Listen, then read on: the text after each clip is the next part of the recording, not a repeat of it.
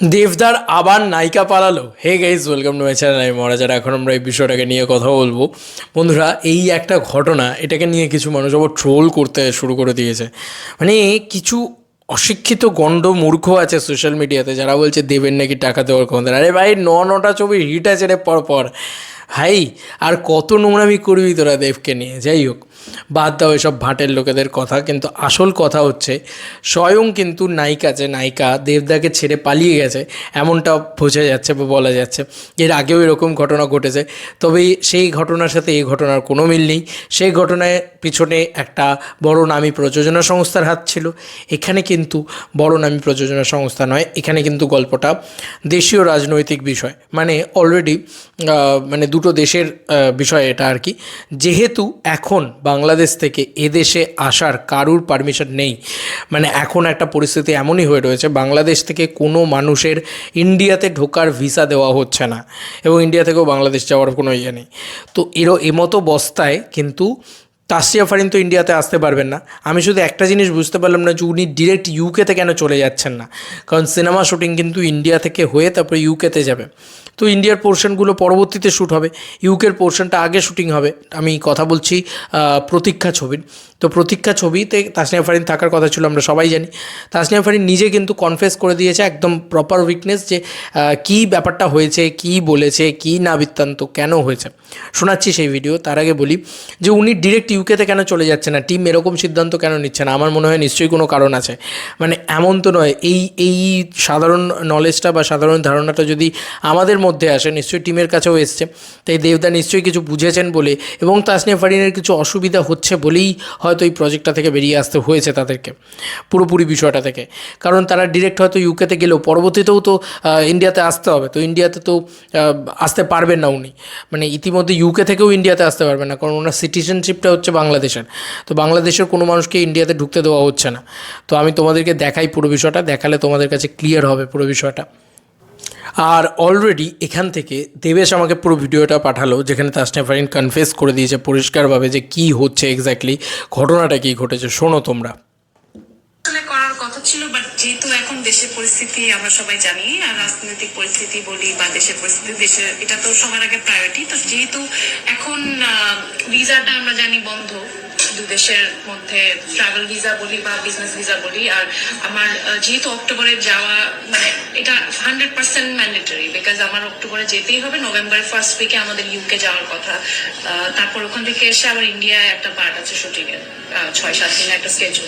তো সবকিছু মিলে যেটা আমরা মিউচুয়ালি ডিসাইড করলাম, এটা আমার মনে হয় ছেড়ে দেওয়াই ভালো হবে। বিকজ এটা একটা ফার্স্ট অফ অল অনিশ্চয়তার মধ্যে দিন কাটছে, আমারও কাটছে, ওদেরও কাটছে, যে কখন আমি আসতে পারবো বা আদৌ আসতে পারবো কিনা। আর যদি আমি না পারি, অবভিয়াসলি ওদের তো একটা সেকেন্ড অপশন যেতে হবে, এবং যেই করবে ছবিটা তার তো ইউকে ভিসাটাও করতে হবে, কারণ আমার ইউকে ভিসা আছে, এবং নেক্সট যে করবে তার তো নাও থাকতে পারে, এবং সেটার একটা প্রসেস, একটা সময় লাগবে। তো সবকিছু মিলে দেবদা প্লাস মিঠুন চক্রবর্তী দুজনই এত ব্যস্ত আর্টিস্ট, ওনাদের স্কেজুলও আসলে আর রিস্কেজুল করা সম্ভব হয় নাই। আমরা এটা নিয়েও অনেক কথা বললাম।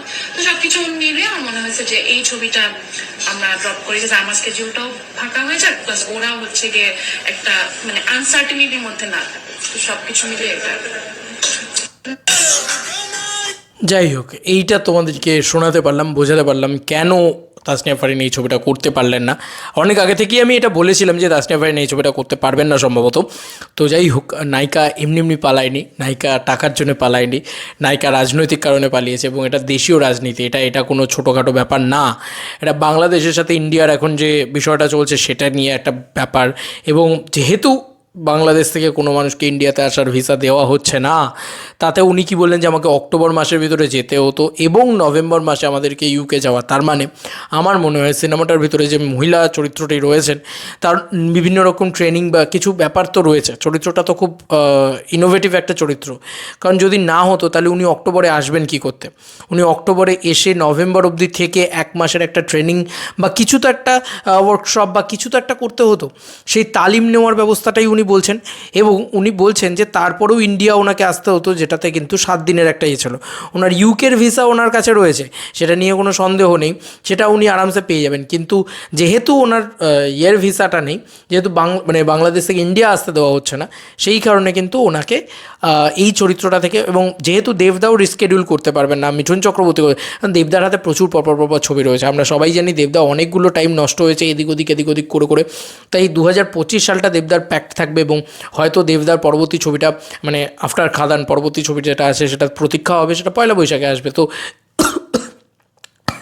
সরি, যেটা বলা যে এই ছবিটা পরবর্তীতে আসলে দেবদা কিন্তু মানে বিজি স্কেডিউল, তারপরে আরেকটা ছবি আছে, দুর্গাপুজো রিলিজ আছে, শিওর ডিসেম্বর রিলিজ আছে দেবদা, তো চেঞ্জ করা যাবে না কিছু।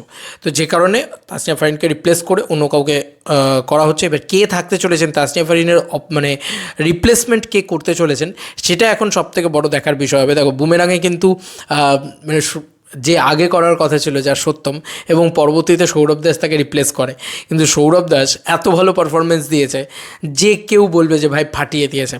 তো এটাই হচ্ছে বিষয়, যে রিপ্লেস করা যেতেই পারে এবং লাস্ট মোমেন্টেও জানা যেতে পারে, কিন্তু পারফরমেন্সের উপরে ডিপেন্ড করছে যে কি হবে না হবে। তো আমার মনে হয় কোথাও গিয়ে এটা ফাটিয়ে দেবে যেই আসুক না কেন, কারণ চয়েস হবে অভিজিৎ সেন, দেবদা এবং অতনু রায়চৌধুরী। এরা মানে কী বলবো, থ্রোই বলা হয় এদেরকে। তো এরা খুব বুঝে চুজ করেন। দেবদা মিঠুন চক্রবর্তী তো রয়েইছেন, তবে প্রতীক্ষার মেনলি শ্যুটটাই ইউকেতে হবে। আমার ওই কারণেই আমার মনে হচ্ছে যে ওই যে অনেকেই আমাকে জিজ্ঞেস করছিল, অর্জুনও জিজ্ঞেস করছিল যে ডিরেক্ট ইউকে কেন চলে যাচ্ছে না। দেখো ইউকে তো চলে যাবে, কিন্তু ইন্ডিয়া তো পরে আসতে হবে। তো ইন্ডিয়ার আসা ওনার পক্ষে এখন সম্ভব না। এখন কতদিন এই পুরো বিষয়টা থাকবে আই ডোন্ট নো। তো কী হবে না হবে, এটা একটা বড় রাজনৈতিক পরিবেশ আর কি বলা যেতে পারে। আমরা কিন্তু কেউ জানি না, ইন্ডিয়া আর বাংলাদেশের সম্পর্কটা খুব একটা ভালো দিকে এগোচ্ছে না। কিন্তু যাই হোক, দেখা যাক, ওসব বিষয়ে আমাদের না মুখ খোলাই ভালো, সব বিষয়ে আমাদের না গিয়ে যাওয়াই ভালো। আমাদের সিনেমা নিয়ে কথাবার্তা বলার ব্যাপার ভাই, আমরা সিনেমা নিয়ে কথা বলবো। তাসনিয়া ফারিনকে খুব মিস করব প্রতীক্ষা থেকে, এটা তো সত্য কথা। তাসনিয়া ফারিন খুব ভালো, এবং এরকম একটা সিরিয়াস কথা বলছে, কি মিষ্টি করে হেসে হেসে কথা বলছে। তো যাই হোক, এই কারণেই কিন্তু দেবদার নায়িকাটি পালিয়েছেন। এরকম ভাবার কোনো কারণ নেই যে দেবদা টাকা দিতে পারেননি বা এরকম ধরনের নোংরামি আমি কিছু কিছু জায়গায় দেখছিলাম, যদিও স্প্রেডও হয়নি, সেটা খুব একটা বেশি মানুষ পাত্তাও দেয়নি এদেরকে, আর দেয়ও না। দেবদার এগেনস্টে কথা বললে খুব একটা বেশি মানুষ পাত্তা আজকাল আর দেয় না, কারণ দেবদা এখন প্রত্যেকটা বাঙালির মনে একটা আলাদাই অনুভূতি সৃষ্টি করতে পেরেছে। সে যে কোনো জায়গায়, মানে সে বাংলাদেশের অসুবিধে হলেও দেবদার সঙ্গে সঙ্গে তাদের পাশে থাকছেন, এবং দেবদা নিজের দেশে হলেও থাকছেন, সাধারণ মানুষের পাশে আছেন, প্রতিটা জায়গায় গিয়ে কাজ করার চেষ্টা করছেন।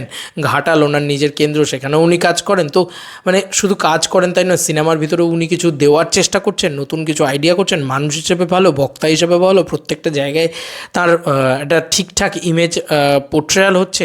প্রতিটা মানুষ বলছেন যে হ্যাঁ এই ছেলেটা তো রিয়েলি একটা ভালো ছেলে। তো এই জিনিসটা কিন্তু হচ্ছে কোথাও গিয়ে।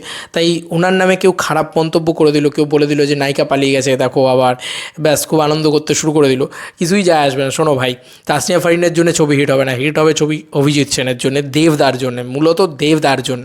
সবথেকে বড় কথা, অভিজিৎ সেন, দেবদা আর অতনু রায়চৌধুরী, এই কম্বিনেশনটাই মারাত্মক। এরপরে যেই থাকুক না কেন, আমি চাই যে একটা বড় কোনো নাম থাকুক আমাদের এখান থেকে, শ্রাবন্তী বা এরকম লাইক বড় কোনো নাম, যাতে আমার খুব ভাল লাগে, আমরা দেখবো, আমরা মানে এনজয় করবো। পুরনো কোনো জুটিকে ফিরিয়ে আনা হোক দেবদার সাথে, ঠিক আছে? খুব জমবে, একটা ম্যাচিওর ছবি হবে, দারুণ জমবে। এবার দেখা যাক কী হয় না হয়। তোমাদের কার কি মতামত এইটার ভিডিওটাকে নিয়ে জানিও কমেন্ট সেকশনে। চলো বন্ধুরা, নতুন কোনো ভিডিওতে দেখা হবে, বাই।